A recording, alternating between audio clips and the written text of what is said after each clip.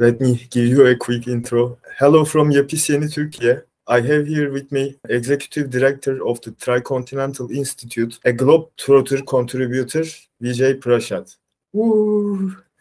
His latest book, The Withdrawal, Iraq, Libya, Afghanistan, and the Fragility of US Power, that he wrote with Noam Chomsky, came out last year. I also strongly recommend Washington Bullets and Arab Spring, Libyan Winter, especially to our Turkish audience, as the events described in these two played a significant part in creating Turkey of today. With that, I want to move to Turkey's today. After the catastrophic earthquakes and Erdogan's failure to respond for the first 2 days of it, it seems like if we still have elections, Erdogan is gonzo. But after his departure, CHP will be replacing him probably. But also with the earthquake, we are very ripe for disaster capitalism. Do you think Turkey's future is going to be just a switch from order nationalist, Orban-like regime of Erdogan to an order liberal regime instead? Well, first, it's a 7.8 magnitude earthquake in an area of some relative congestion. This is not a rural area. I mean, this is an urbanized area along the border. I've traveled there about 10 years ago when I was covering the war in Syria. The devastation both in Turkey and in Syria has been quite astounding. 7.8 magnitude earthquakes take place in other places, but in this particular place, with this kind of population density, estimates as we speak are about 40,000 dead. Before we began, you said it'll go up to 100,000. That's not a unlikely number. Hospitals collapsed. People are just not being found. And when they count casualties, 40,000, that's 40,000 bodies that they found. There'll be a lot of people just not found because they'll be under mountains of rubble, for a very long time. This is a terrible, terrible catastrophe. The catastrophe is, of course, for Syria in a way that's unimaginable because for the first time in a very long time, the International Organization of Migration was able to, get a convoy, to go across the Bab al-Salam crossing. The Bab al-Salam crossing has been closed for a long time. And in fact, this aid, $300-400 million of aid to the region from the UN is a drop in the bucket. It's going to need a lot more to recover. It's hard for me to think about these earthquakes in political terms, particularly because they are such humanitarian catastrophes. And one very much hopes that in the short term, not just both, but the government in Turkey, led by Erdogan, the government in Syria, led by Bashar al-Assad, the rebel groups in the northern part of Syria, especially, that are in Idlib, that are kind of garrisoned in Idlib, the United Nations. I very much hope that everybody is going to focus on the survivors of this earthquake as a primary matter. I mean, it's extraordinary that the United States didn't immediately lift the sanctions on Syria. Emergency lifting of sanctions. They don't do that. COVID didn't make them do that. No, it's never. Yeah, it is extraordinary. I mean, that this should have been just the first thing. A 1 month window of sanction lifting in order to get all kinds of aid, but more than anything, for people to send money to the country. Ordinary people are worried and they say things on social media and elsewhere. How do we help? How do we contribute? I know there was a link I circulated to the Izmir municipality. In Turkey, it's possible. In Syria, it's impossible. Channels of finance are not open. So the first thing I would say is that, I very much hope it'll be all hands on deck to help people out. You asked a question about possibility of this being the final blow on the coffin of the Erdogan government. I don't know Turkey as well as you do, and your listeners will know Turkey much better than I. But I would also like to caution us about thinking about, precipitous disappearance of people like Erdogan or Mr. Modi in India. These are fighters, they know how to survive. And they are able to, at the last instance, pull a rabbit out of the hat. So, yes, the Republicans, they've been the party, putting themselves forward as a kind of rational alternative for a long time. You know, it's not just this election. You'll remember in the last election, the understanding was, well, this time Erdogan is done and the Republicans are going to come in and so on. And no, Erdogan prevailed again. So I would be cautious about believing that, you know, these are the final months of Erdogan's governance in Turkey. You know, that's optimism.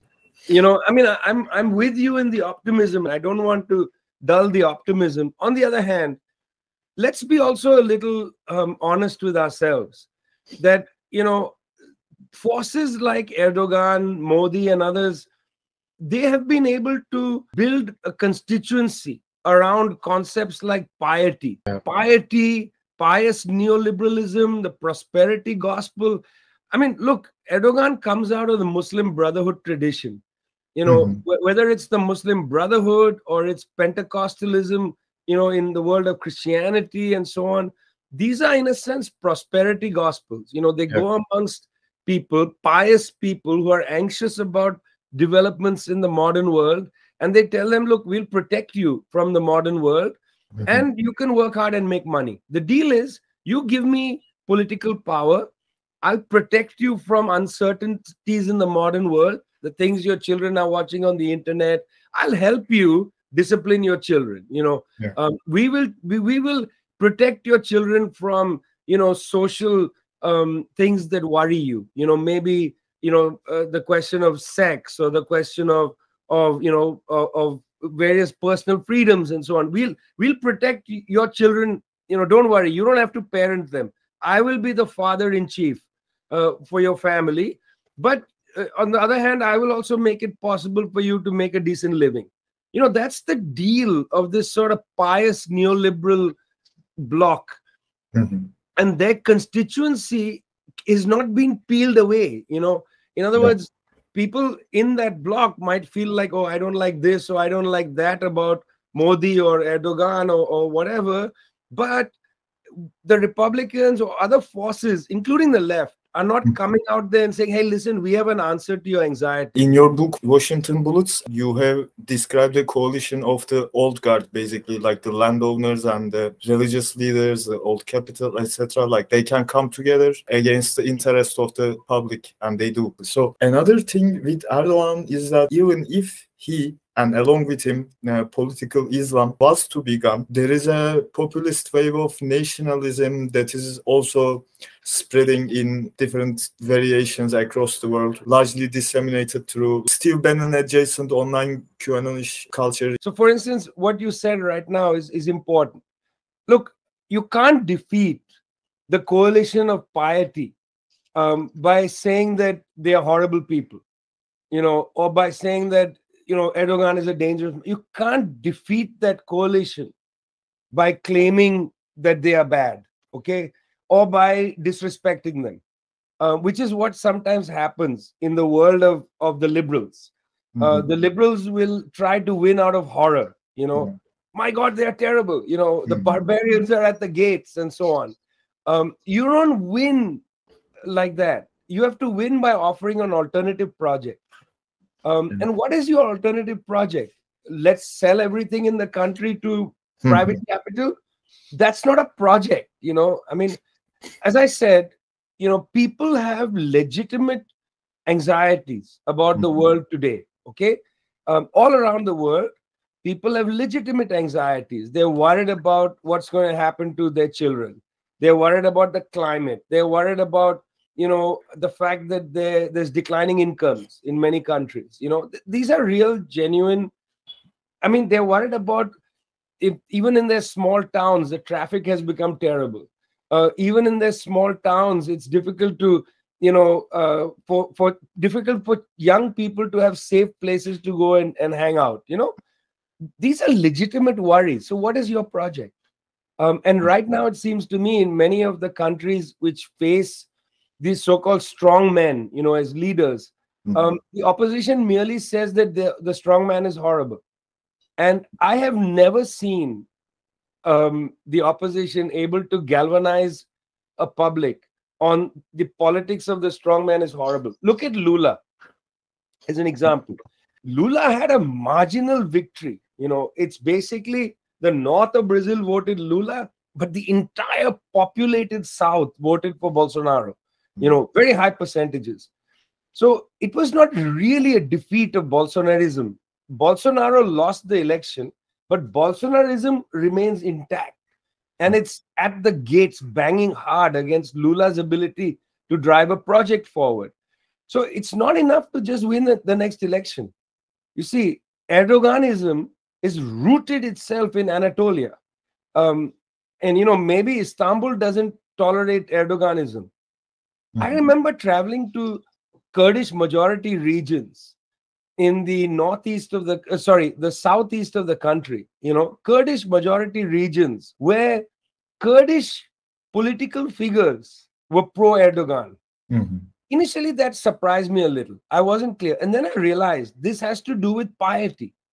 You see, because it's not like the Kurdish it's, you know, how sometimes online you'll get anarchists talking about the Kurds as if they are, you know, universally some sort of socialist, anarchist kind of, that's nonsense. It's largely conservative people. Yeah, it's a very pious community, you know, with Orthodox Sunni type religious leaders, but also some heterodox religious leaders who also truck in piety. So in that sense, Erdoganism is rooted in the small towns of Anatolia. And you may actually get the people not to vote for Erdogan, but Erdoganism is going to outlive the election. So the question is, you want to actually transcend Erdoganism or Modiism in India or Bolsonaroism in thing or whatever. You got to have an alternative project. You have to actually, you don't pander, and I think this is a good word to use. You don't pander to the prejudices of the lower middle class in Anatolia, but you still have to answer their questions. You don't go in there and say, okay, we are also against homosexuality. No, that's outrageous.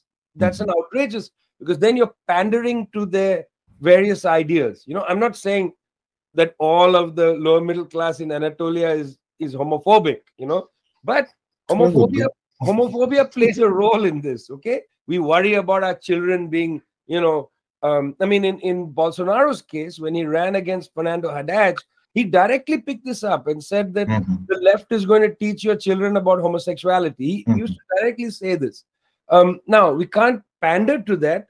On the other hand, we have to somehow answer the question that, look, your children are not in danger, you know, of having a moral collapse. Okay, relax. How do you address those anxieties, fears around another project? And that's what I want to say. You know, I'm not being pessimistic. The reason I feel I'm being realistic is this is not just about one election. This is about actually transforming the political and moral balance of forces in a country that is as important as Turkey. You know, Turkey is a very important country right now. You know, Erdogan is playing a very interesting role in terms of foreign relations. He is actually driving a kind of foreign relations that's not entirely pro-NATO. You know, it's playing an interest. It's actually living up to its role of being partly in Asia, partly in Europe. You know, it's kind of playing a Janus-based foreign policy. And that's interesting. So what's the left's, you know, positioning there and so on. So, yeah, I'm saying to you and people who, you know, are around you that the question has always got to be, how do you produce a different project, which is actually not merely yelling and screaming that Bolsonaro is bad or Bolsonaro is actually pro-NATO, because these are not credible arguments, you know? How do we create a different kind of politics? As we have seen in Lava Jato, in Lula's case, for example, or Jeremy Corbyn's case, Paul Mason, I think, kind of like acted as an informant. Whenever some genuine populism and a positive agenda galvanizes people, it starts with intelligence agencies, like this, it goes all the way up to eventual coups, as you have described in Washington Bulls. I believe the joke you have told was, why isn't there ever a coup in American soil? Because there is no American embassy there. I mean, we do have one. So General Rogers visited 4 times right before the coup in 80. Other main opposition party in Turkey is, for example, a very NATO adjacent Youth Atlantic Treaty Organization, stuff like that. All of the upper level is like coming from those institutes, etc. I wonder how much underhanded stuff would be waiting for potential true populist in Turkey. Look, you well know, in 2016, you remember the, what was called the attempted military coup in Turkey. The Peace at Home Council was supposed to have acted. It's amazing. That was 2016, right? That's what, 7 years ago. Can you name for me 10 people who were in the Peace at Home Council? Yeah. I don't think we know anything about the Peace at Home Council. Most mysterious attempted coup d'etat. I have no idea what the hell happened, but I'm going to come off as if I am politically all over the place. But I thought at that moment, oh, interesting, because, there's the US base and maybe Erdogan was slipping a little too far away from the NATO leash. And maybe this was like a message to Erdogan, whatever. But man, that guy took advantage of that. Whatever the hell it was. Was it a manufactured event? Was it a real attempted coup? I really can't be sure either. Well, the reason I can't be sure is I don't know who did the coup. Yeah. Because they never actually told us who Peace at Home was. We just were told there is something called Peace at Home, right? As far as I remember, they didn't march out the leader and say, well, this is the leader of this council. It just, now people have just sort of forgotten the fact of it. But he used it brilliantly. You may remember the HDP offices were attacked.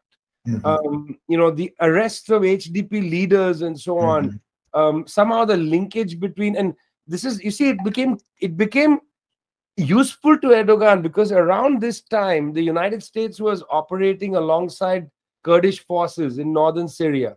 And he could then put all these things into a really interesting scoop to do his pivot, where he pivots away from the attempted overthrow of Bashar al-Assad's government, which Erdogan was in the lead from 2012 when he hosted the Muslim Brotherhood leadership of Syria in Istanbul.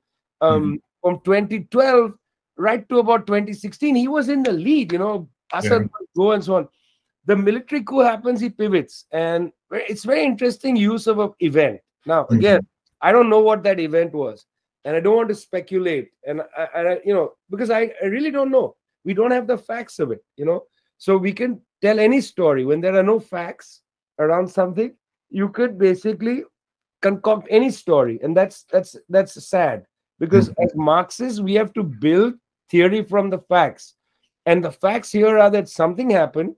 A name was given to the leadership. We don't know who the hell they are. We don't even know if the coup was real. But what we do know, in the aftermath, there was a crackdown and political space was taken away. Now, that was, I think, quite important because, I don't know what your views are about the HDP or other political forces, but it was important to see the emergence of a left, center-left electoral front emerge to the left of the Republicans. I think that was very important for enriching Turkish democracy, to have a left front that was not entirely Kurdish, that wasn't ethnicized. I mean, going back to the 1970s, there's been this left Kurdish attempt to create political parties. The HDP doesn't come out of nowhere.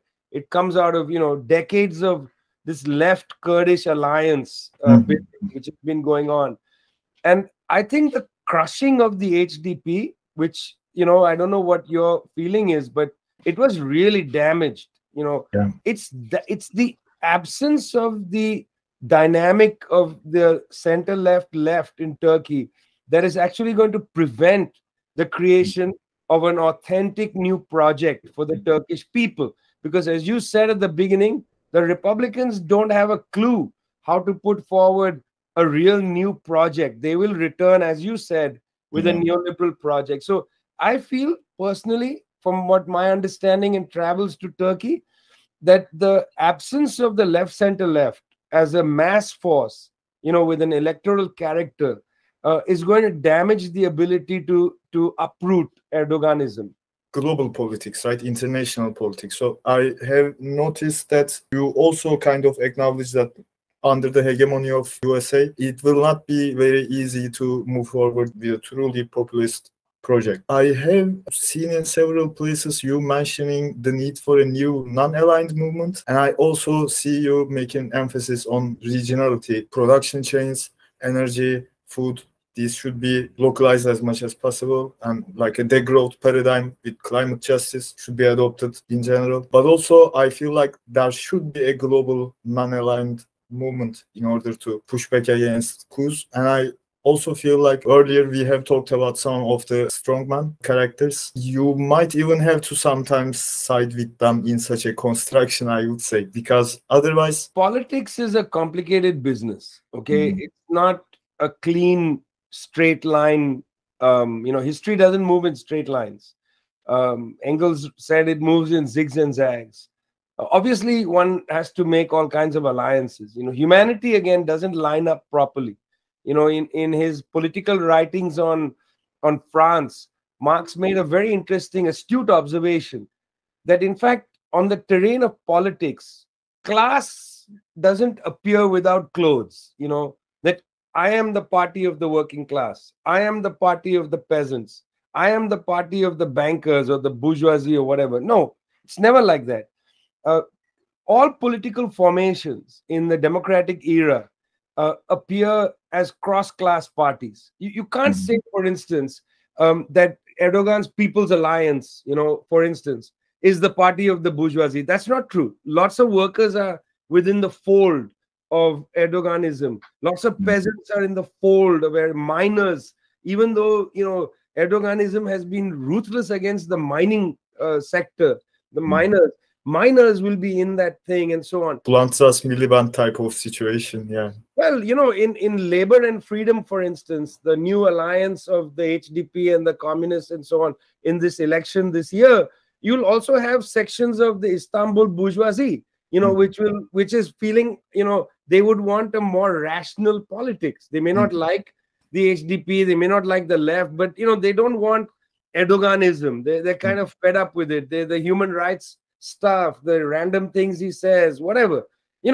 Class doesn't appear unmediated onto the political stage. It comes with all kinds of mediations and complexities. As a consequence of that, when you build alliances, like for instance, I am not a defender of the Iranian government. I am not in favor of any kind of theocratic government. Of course, I defend the Iranian people against an attack by the United States and Israel and all of that. But also, I understand why, when the group of friends in defense of the UN Charter was created, created by Venezuela, which is led by a socialist process, I understand why they invite Iran to the table, because they have a common position there.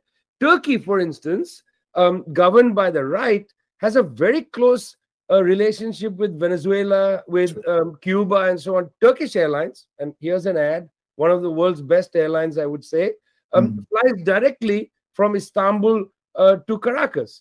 It's one of the few airlines that does that.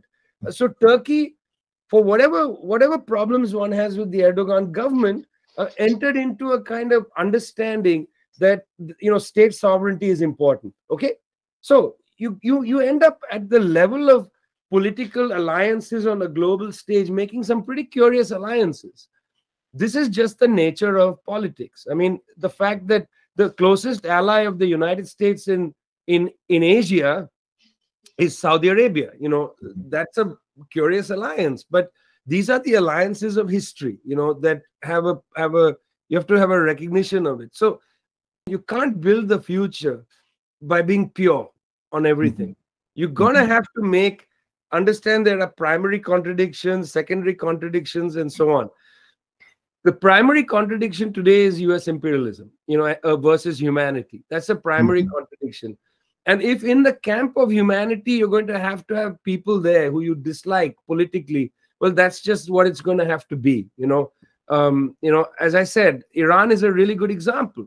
I have the greatest respect for the Iranian people. I think it's an incredible country. I also think that Iran is more complicated than the Western media makes it out to be. There are all kinds of political forces in the country. But I don't like theocracy.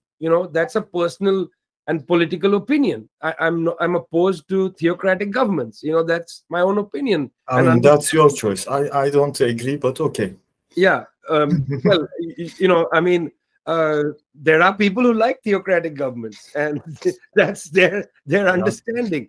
But that doesn't mean that one at a certain point doesn't work with them on some issues, and I think that's, like Mr. Modi would like to put me in a prison cell, but that doesn't mean that I don't see that at certain moments, even the Indian government under Modi is doing certain things. I mean, Modi might not like me, but last year he quoted from a speech I gave.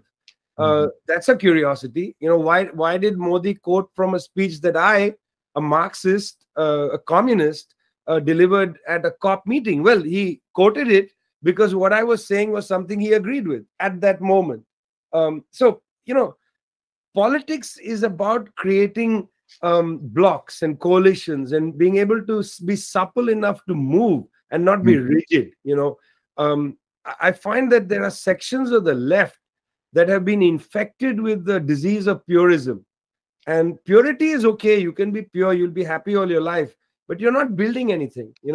I'm interested in changing the world, not in being correct all the time. Exactly. We need to be pragmatic. Social democracy is still a win compared to today's Turkey. It's not social fascism, guys. Last devastating earthquake, we saw the USA send an aircraft carrier. Was it a show of power? Also, they sent the USA aid. Should we worry about it? Now, if USAID money is coming in to help in the immediate period, that's okay. But if the USAID wants to set up an office and start, helping in rebuilding and reconstruction, you don't want that. You want USAID money to come in, fine. It comes to Red Crescent Society. That's okay. But reconstruction must be done through municipalities, not through NGOs or foreign, agencies. But that's why I was on Twitter telling people, donate to the Izmir municipality. Let local government be an important agent in the rebuilding of themselves, because that's democratic. We don't want to have like any foundations from abroad coming in and dictating the terms of rebuilding. Well, we'll rebuild a hospital, but it must be a private hospital. We'll rebuild a school, but it must be a private school. I mean, you referred to at the beginning, disaster capitalism. You use that phrase. It's to use the destruction of public infrastructure to privatize it. That's just not, that's inhumane. Don't politicize an event like this. In fact, my feeling is, if things were in the public domain before, let them be in the public domain. If there was a private hospital, okay, build a private hospital again. But don't use a catastrophe to change the terms of social life. I can guarantee you that before they started organizing the rescue efforts, they were already planning who to contract for which infrastructure element, unfortunately. Some lady was rescued from the rubble. Her first words were, don't bring me to a private hospital. I don't have money. It's a very real thing. And by the way, one of the catastrophic outcomes of this earthquake might be that, already, I think the election was to be, your presidential election was to be 18th of June. Already they have said they're going to postpone it. And, I mean, I get it, what is it? How many provinces are there in Turkey? 81. 81. Yeah, so 10 to 15 of them have been impacted by the earthquake, at least 10. So that's 1 in 8 Turks. Well, no, that's not correct, because they are not evenly distributed by population, but 1 in 8 provinces have been impacted.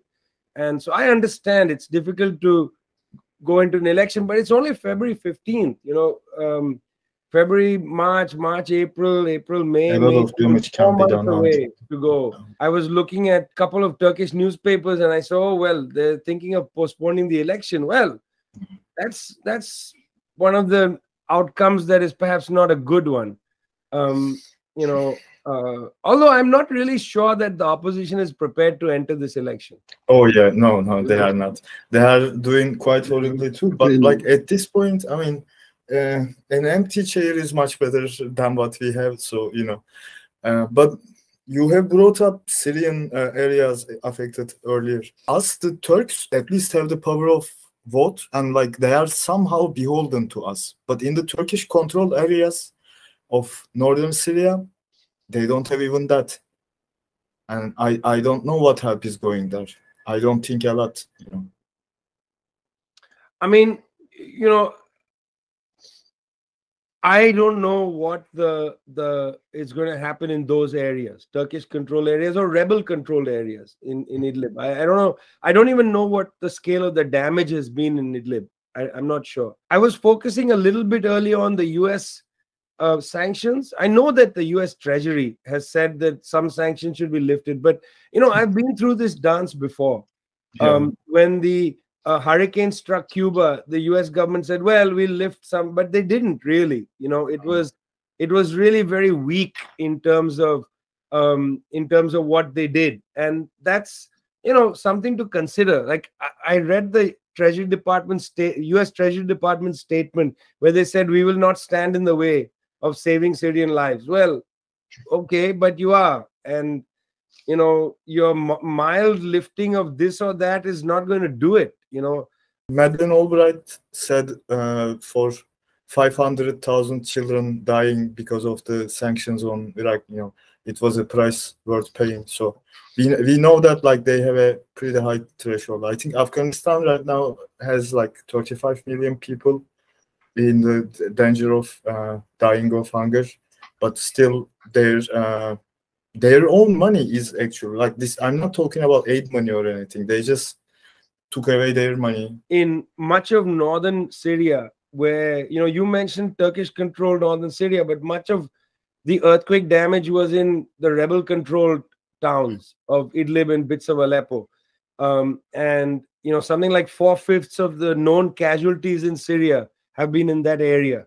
And you know, I would like to say that in many of those parts, the groups that were there really neglected the municipal their municipal obligations. You know, Yeah.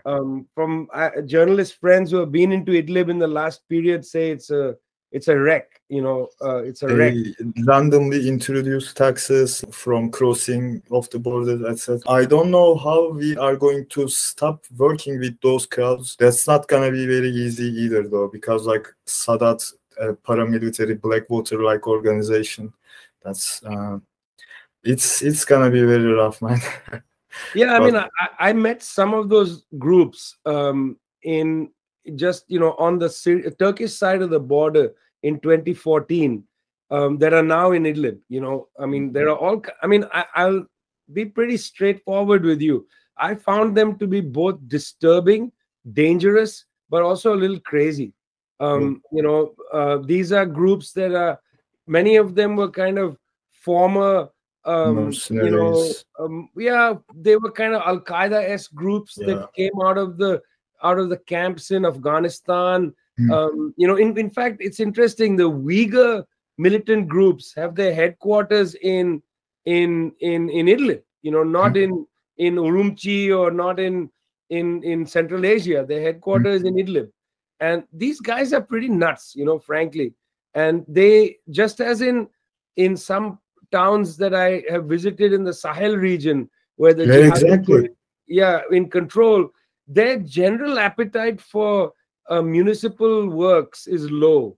Exact same pattern of jihadist creation in Sahel region as well. Yeah, I mean, I think it's a tragedy, and we're gonna have to find a way out of this. You and I can't solve these problems, you know, but what you and I can do is we can raise these questions in the public domain, and maybe that'll help build certain kinds of political pressure.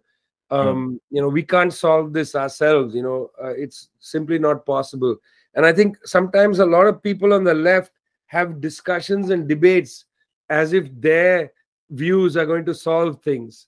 No, you know, we hold discussions and debates so that we can educate people and you build the kind of necessary political force to change the balance of forces, But I mean, some of this just breaks my heart. Idlib and Aleppo were great cities of Syria. Aleppo was a terrific city. I visited Aleppo before the uprisings that took place in the Arab world, and it was a mixed city, including people from the old communities, the old Christian communities of Syria. Very interesting places. And what had begun to happen in Aleppo before the Arab Spring was that when the drought took place in northern Syria, large number of refugees came into Aleppo, and for some unknown reason, again, to help people, I suppose, the Syrian government allowed Saudi preachers to set up mosques for relief in Aleppo, and that was that was really bad politics, because that's like allowing USAID to have a permanent office. Take the Saudi money in a time of crisis, but don't let them come and build their mosques and start proselytizing. And at the same time, of course, the Turks had their brotherhood allies in that region, preaching and saying all kinds of things. But that alliance, and boy, I hope one day we'll return to do a proper diagnosis of the strange alliance between Turkey and Saudi Arabia against the Syrian government. So strange, because the Turkish government and the Saudi government, they don't see eye to eye on almost all social issues, and yet they united to overthrow the Assad government. Such an interesting moment. That alliance didn't last long, because as you remember, there was that fight between Qatar and Turkey on one side and Saudi Arabia on the other. Finally, the gap between Saudi, the Salafi tendency and the Ikhwan tendency opened up. But there was that alliance. And I remember in 2012 discussing with people saying, well, this is a world historical alliance. It's so strange. Because even in at the time in Egypt, you may remember in 2011-12, it looked like there was going to be an alliance between the Saudis and the Turks to back the Brotherhood government, but that fell apart. And then of course you got General Sisi paid by the Saudis to take out Morsi, backed by the Turks.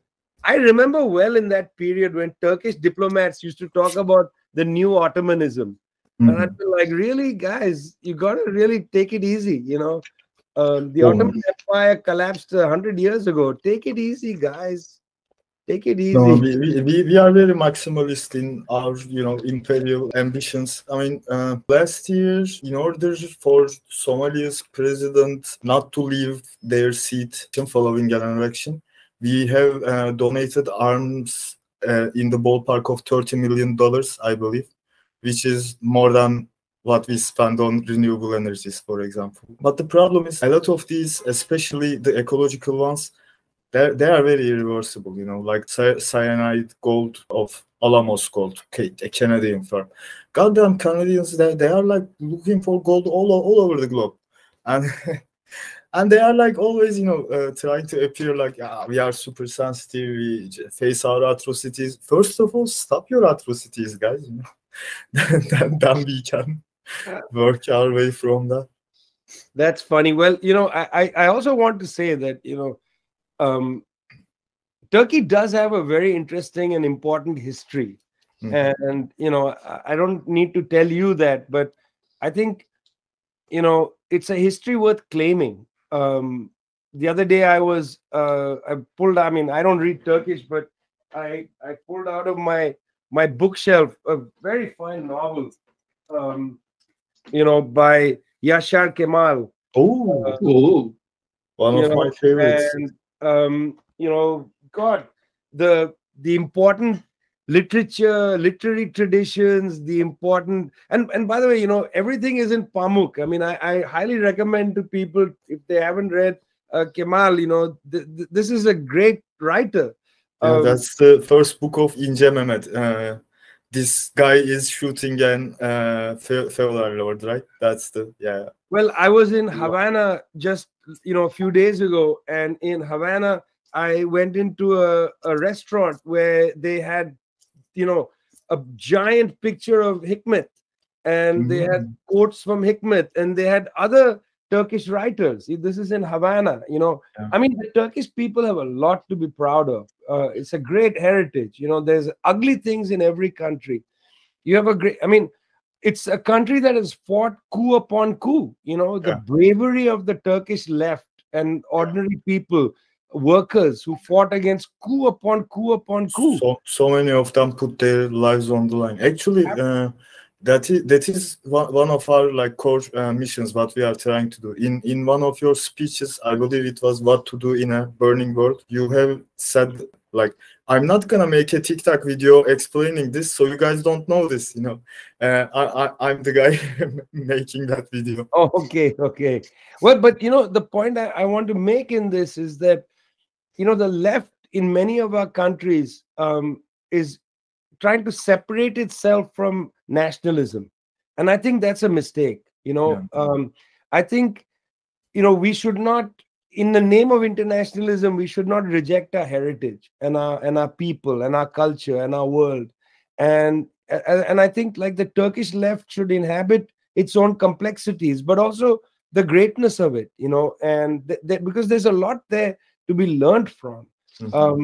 As I said, it's so interesting and important to see how generation after generation has attempted to address the social question and the national question, or the minority question, in a united way. The HDP being, the most recent attempt at that. But more than that, I mean, the great histories of struggle, the terrific history of working class Istanbul, for instance. There's a lot to excavate. The left should not take a position condemning Turkey because they want to condemn Erdoganism. That is something actually I want to get at. Like, in the leftist platforms throughout the internet, the reaction to this earthquake was kind of like alienating to me. I didn't know what to feel about that. Like, I get it, we do a lot of colonialist things, especially in like Afrin region, for example. Like, we force the kids to go to Turkish language classes. Not cool, not chill. If it was up to me, wouldn't do it.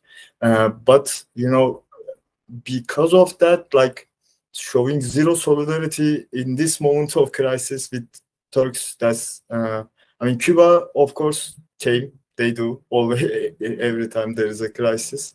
But besides that, like, especially online left is super toxic about this. But it's too bad, because I mean, as I just want to repeat that, it's really important to build every class has to come to terms with its own nation. That's the only way history moves forward. There is no internationalism that doesn't have to also go through the nation, because the national container exists and is there. And part of that is creating your own great history.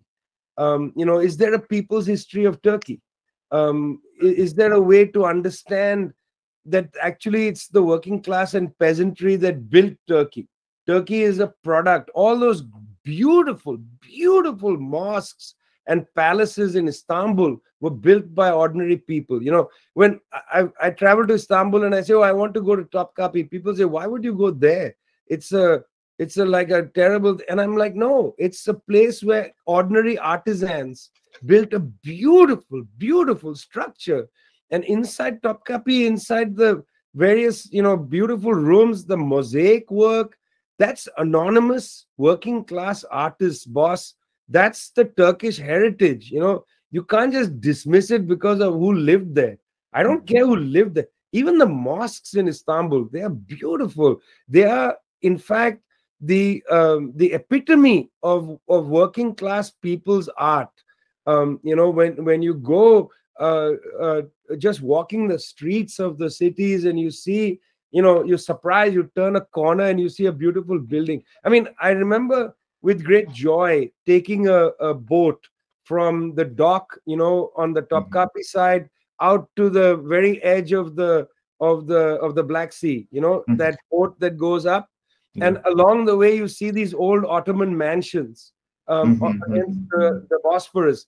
They are just beautiful. And I don't say, oh, they are beautiful, they are a reflection of the Ottoman past. No, they are the best of the working class artisans who crafted and constructed those buildings. And that's what I want to just say. You know, I know I'm going to leave you in a little bit, but one has to find a way to be proud of your own histories and your people, because a left cannot build a project if it takes an antithetical position against its own culture. You know, and sometimes, and I'm saying this specifically in the context of Turkey, because sometimes our friends who belong to a world like Istanbul have an elitist orientation to the rest of Anatolia. And that elitist orientation isn't going to win you friends in the small towns, you know, where cassettes continue to travel. Some of those cassettes carry the, and by the way, it's still in cassettes, because I saw cassettes 10 years ago being sold in the bazaars. In cassettes, you'll get the lectures by, you know, pious, well, maybe pretend pious, you know, Maulvis telling you about what Islam, you know, demands of you. But then there are also cassettes that are handed around with like old speeches of Kurdish leaders and so on, that are Kurdish nationalists in one way or the other. I mean, you know, we have to participate in those debates. We can't just condemn a people because of the political leadership that exists. You know, be proud of your of the struggles of working people. So I expect next time I come and talk to you, you'll already have written the book called A People's History of Turkey. I hope so. Yes, that goes back to the collapse of the Ottoman Empire and tells the story of industrial workers, artisans, tells the story of peasants, tells the story of, you know, the Kurdish women that smuggle goods across the borders so their families can survive. I want to read that book. I mean, that would be a wonderful project. We had actually something similar in the works that goes back to World War II. You know, we take it in installments. It will be like a bundle of videos, articles, couple of people. Maybe some of them get translated and I will send them to you. Beautiful. I look forward to publishing that book at Leftward Books in Delhi. I really do look forward to it. That would be amazing. Okay, guys, I'm going to have to leave you in a minute. And so first, I want to thank you a lot. Where's your puppet again? I really like the idea of this Marxist sock puppet. Yeah. I mean, it's a sock puppet, you know, but this time he's a Marxist, cool guy. Even sock puppets have ideologies, and this sock puppet has a science, not an ideology. So that's even better, you know. Okay, nice to talk with you, and likewise. Stay in touch with me, and we'll chat again someday. Thank you so much for taking the time to talk to us. Bye. It was delightful.